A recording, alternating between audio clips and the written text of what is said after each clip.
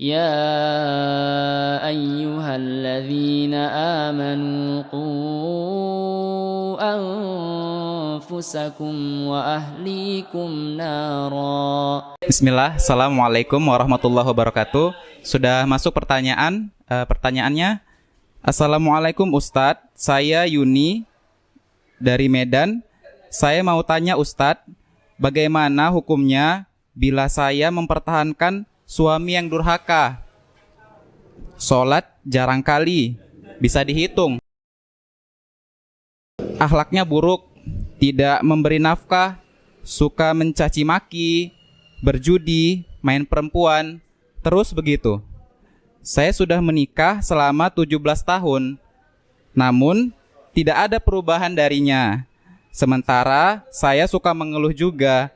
Bagaimana hukumnya Ustadz? Syukron. Silahkan Ustadz. Bismillahirrahmanirrahim. Assalamualaikum warahmatullahi wabarakatuh. Alhamdulillah wassalatu wassalamu ala Rasulillah wa ala alihi wa ashabihi wa mawala amma ba'd. Para ikhwah pendengar Hunain Channel yang dirahmati Allah Subhanahu wa taala. Sebagaimana yang kita ketahui bahwa hukum asal dari mempertahankan hubungan pernikahan, ya, ikatan pernikahan adalah wajib di mata syariat, ya. Sebagaimana kewajiban yang lainnya, ya, seluruh kewajiban yang Allah Subhanahu wa taala taklifkan, ya, bebankan atas kita diwajibkan untuk mempertahankannya, ya. Maka dia tidak boleh, ya, tidak boleh lepaskan ikatan itu, tidak boleh tidak dipertahankan ikatan pernikahan itu kecuali dengan alasan yang syar'i, alasan yang dibenarkan oleh syariat kita, yang dengannya bolehlah hubungan pernikahan itu tidak dipertahankan. Itu mengapa Nabi Shallallahu Alaihi Wasallam bersabda dalam sebuah hadis, ayyuma imra'atin sa'alat zawjaha talaqan fi ghairi ma ba'sin faharamun 'alaiha raihatul jannah. Wanita mana saja yang meminta talak kepada suaminya tanpa alasan jelas, maka haram baginya mencium bau surga. Tapi para ikhwan dirahmati Allah Subhanahu wa taala, ada sebuah kisah di mana karamnya sebuah hubungan pernikahan di zaman para sahabat, yaitu antara Zainab bintu Jahsyin dan Zaid bin Harithah. Yang mana sebelumnya mereka menikah ini dikarenakan permintaan Nabi Shallallahu Alaihi Wasallam. Rasulullah mengkhitbah Zainab untuk Zaid, karena Zaid adalah mantan budak Nabi Shallallahu Alaihi Wasallam yang dibebaskan oleh Rasulullah Shallallahu Alaihi Wasallam, dan Rasulullah Shallallahu Alaihi Wasallam sangat mencintai dan menyayanginya sampai disebut sebagai Zaid bin Muhammad, saking Nabi Shallallahu Alaihi Wasallam menyayanginya. Namun hal itu dilarang oleh Allah Subhanahu wa taala, nisbah anak angkat kepada yang bukan nasabnya.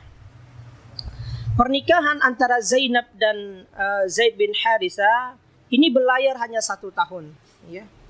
Karena dalam beberapa riwayat disebutkan ada perkataan Zainab yang menyakiti perasaan Zaid, ya. Sebabnya adalah Zaid adalah mantan budak, bukan siapa-siapa. Sedangkan Zainab binti Jahsyin adalah sepupu Nabi Shallallahu Alaihi Wasallam, ya, anak dari bibi Nabi Shallallahu Alaihi Wasallam bernama Umaymah. Dan Zainab ini termasuk orang yang cantik, bangsawan dan hartawan. Maka dalam hal ini ada ketidaksukufuan, ketidaksetaraan antara suami dan istri. Maka perceraian seperti ini, ya, jika terjadi, ya, alasan seperti ini, ya, terjadi, maka itu disahkan oleh syariat, bisa terjadi. Nah, maka bagaimana lagi, ya, keadaan yang dialami saudari kita, keadaan yang dialami ibu yang bertanya ini, ya. Maka itu bisa menjadi pertimbangan bagi seorang bagi seorang istri, apakah dia mempertahankan suaminya atau menceraikannya. Karena apa yang dikatakan saudari kita dari alasan-alasan itu bisa menjadi alasan kuat untuk dia mengajukan kepada pengadilan jika dia ingin melakukan khulu. Para akhwat yang dirahmati Allah, para ikhwan yang dirahmati Allah Subhanahu wa taala. Namun di sini ana menganjurkan kepada saudari kita untuk berbicaralah kepada keluarga lelaki, keluarga suami, ya. Apa yang anti inginkan dalam hubungan ini, ya. Lalu adakan pertemuan antara kedua belah pihak. Datangkan orang yang alim di antara kedua pihak untuk memberikan saran yang tepat, ya, untuk memberikan keputusan yang tepat.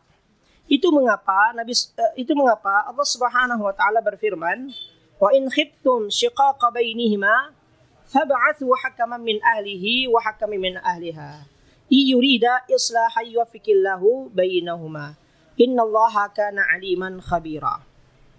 Dan jika kamu khawatir ada persengketaan antara keduanya, maka kirimlah seorang hakam, seorang hakim, ya, seorang ustadz mungkin, seorang yang alim dari keluarga laki-laki dan kedua dari keluarga perempuan. Jika kedua orang hakam, kedua orang yang adil, yang alim itu bermaksud mengadakan perbaikan, ya, niscaya Allah memberikan taufik kepada suami istri tersebut. Baik. Mengenai keluhan, ya, terhadap tingkah laku suami, ada baiknya seorang istri tidak menceritakan apa yang ada pada suami, aib-aib, ya, kemaksiatan yang dilakukan suami terhadap dirinya, ya, terhadap anti yang bertanya, ya, itu tidak baik untuk dikeluhkan kepada manusia. Maka keluhkanlah itu kepada Allah, karena Allah sebaik-baik pemberi jalan keluar. Sebagaimana para anbiya, Nabi Ayub, ya, Nabi Ya'qub, mereka semuanya mengadu kepada Allah. Innama ashku bathi wa huzni ilallah. Sesungguhnya aku keluhkan, aku adukan kesedihanku kepada Allah Subhanahu wa taala.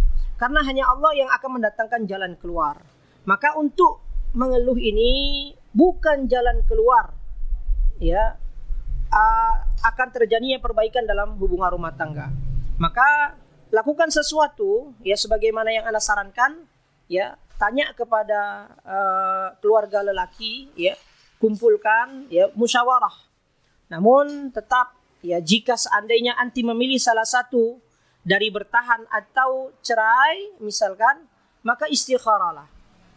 Mintalah kepada Allah Subhanahu wa taala pilihan, salat istikharah, ya, salat taubat, ya.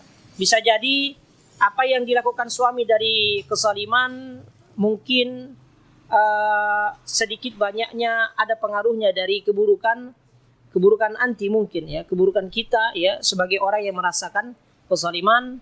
Allahu a'lam bishawab. Semoga bisa menjadi pencerahan, ya, semoga menjadi sebab jalan keluar. Barakallahu fiikum.